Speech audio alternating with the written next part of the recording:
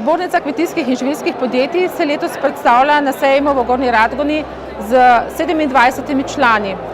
Dejansko smo skozi leta ugotovili, da če želimo predstaviti slovensko živilsko industrijo potrošniku, da se moramo predstavljati skupaj s podjetji. Zato smo veseli tako velikega odziva tudi v letošnjem letu. Če pogledam na obraze potrošnikov, ko se sprehajajo mimo naših razstavnih prostorih, vidim, da z zanimanjem opazujejo, kaj naša podjetja ponujajo.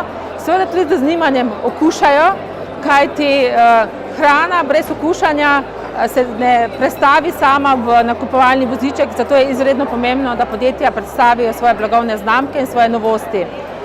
Dejstvo pa je, da na sejmu v Gornji Radgoni poteka tudi ogromno strokovnih dogodkov, ki so tudi vir našega obiska na osrednjem razstavnem prostoru, kajti srečanje strokovne službe Zbornice kmetijskih in živilskih podjetij skupaj z strokovnjaki, z predstavniki različnih inštitucij je izredno pomembno. V letošnjem letu je pravzaprav zanimivo, da bomo podpisali kar nekaj protokolov o sodelovanju in enega takih smo podpisali v nedeljo z Zvezo slovenske podeželske mladine o strokovnem prenosu znanja in pa tehnologij iz večjih podjetij na manjše podjetje oziroma na mlade kmete. Kar se tiče sodelovanja v prašičerejski verigi, mislim, da smo naredili en velik korak naprej, da smo od tega jamranja prešli k aktivnostim, ki bodo nek temelj za nove odnose v verigi prireje in pa predelave prašičjega mesa.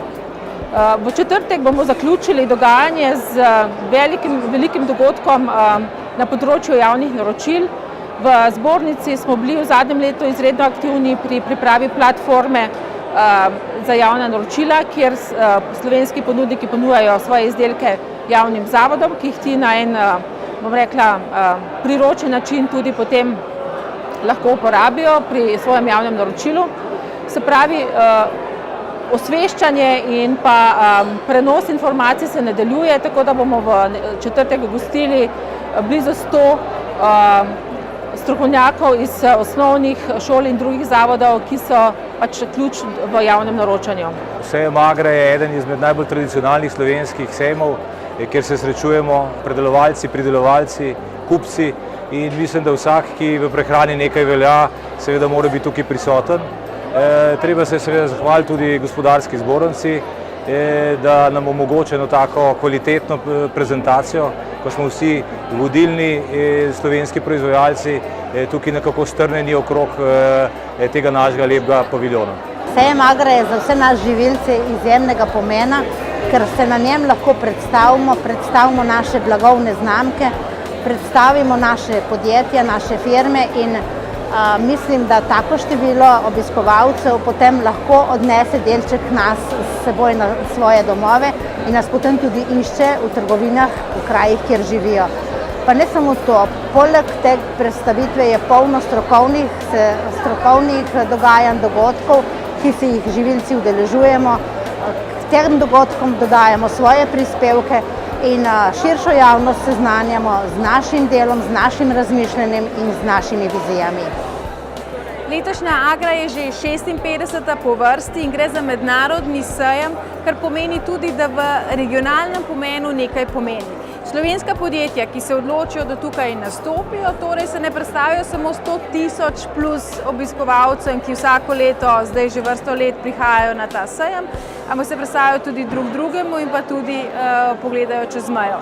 Ena posebna draž tega sejma so pa zagotovo tudi nagrade, ki so podeljene in tiste pa potem podjetja spremljajo še tekom leta, zato ker potrošniki, ko v trgovini vzamemo sir, mleko, mesni izdelek in vidimo značko, zlata medalja z Radgonskega sejma, seveda to nekaj v bistvu šteje in tudi podjetjem kaj olajša.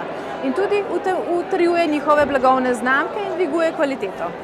Na sejmu Agra je gospodarska zbornica primer dobre prakse, kjer se posameznim podjetjem, ki se ne bi odločala samostojno predstaviti, omogoči prostor, kjer lahko predstavijo svoje izdelke in seveda tudi skupni prostor, kjer lahko koristijo vso infrastrukturo gospodarske zbornice za srečanja z svojimi potencialnimi kupci, da na tak način tudi lažje predstavijo svoje izdelke. Gospodarska zbornica pa je s tem v nenehnem stiku s podjetji in dobiva pravzaprav koristne informacije, na katerih področjih moramo seveda njim pomagati tudi v prihodnosti.